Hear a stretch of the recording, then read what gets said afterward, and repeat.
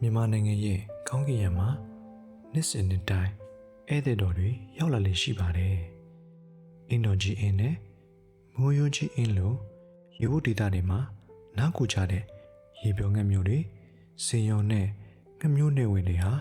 ကျွန်တော်တို့ရဲ့ဂေဟစနစ်ကိုဟန်ချက်ညီအောင်ထိန်းညှိပေးနေပါတယ်။သူတို့ဟာမျိုးစစ်တွေကိုပြန်နှံစေပြီးတဘာဝအတိုင်းဝှုံမုံကူးပေးတဲ့တန်တမန်တွေဖြစ်ပါတယ်။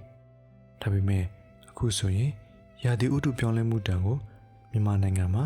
တိတိတတ်တာခန်းစားနေရပါပြီ။အင်းတော်ကြီးလိုနေရာမျိုးမှာတော့ဆောင်းကုန်ငတ်တွေရောက်ရှိလာတဲ့နှုန်းဟာ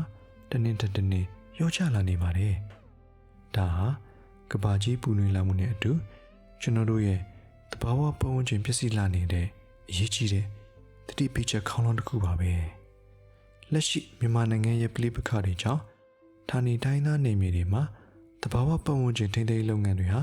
ကြီးမားတဲ့စိန်ခေါ်မှုတွေနဲ့ရင်ဆိုင်နေရပါတယ်။ဒေသခံဌာနေတိုင်းသားတွေရဲ့အခွင့်အရေးနဲ့ပြင်ပထိန်းသိမ်းရေးအဖွဲ့တွေကြားအမြင်မတူညီမှုတွေပြည်ပခါတွေရှိနေပါတယ်။ဌာနေတိုင်းသားတွေရဲ့ဘူဝပိုင်မြင်ခွင့်ရကိုလေးစားမှုမရှိဘဲတဘာဝတရားကိုထိန်းသိမ်းဖို့ဆိုတာမဖြစ်နိုင်ပါဘူး။ရွှေပြောင်းငတ်တွေကိုကာကွယ်ဖို့ဆိုတာသူတို့နားခိုရမြေယာပတ်ဝန်းကျင်တွေကိုကာကွယ်ခြင်းပါပဲ။ဒါကြောင့်ကျွန်တော်တို့ဟာဒေသခံဌာနေတိုင်းသားတွေရဲ့အခမ်းကဏ္ဍကိုအတိမတ်ပြုဖို့လိုအပ်သလိုတဘာဝပတ်ဝန်းကျင်ပျက်စီးမှုကိုလည်းဝိုင်းဝန်းတားဆီးရပါမယ်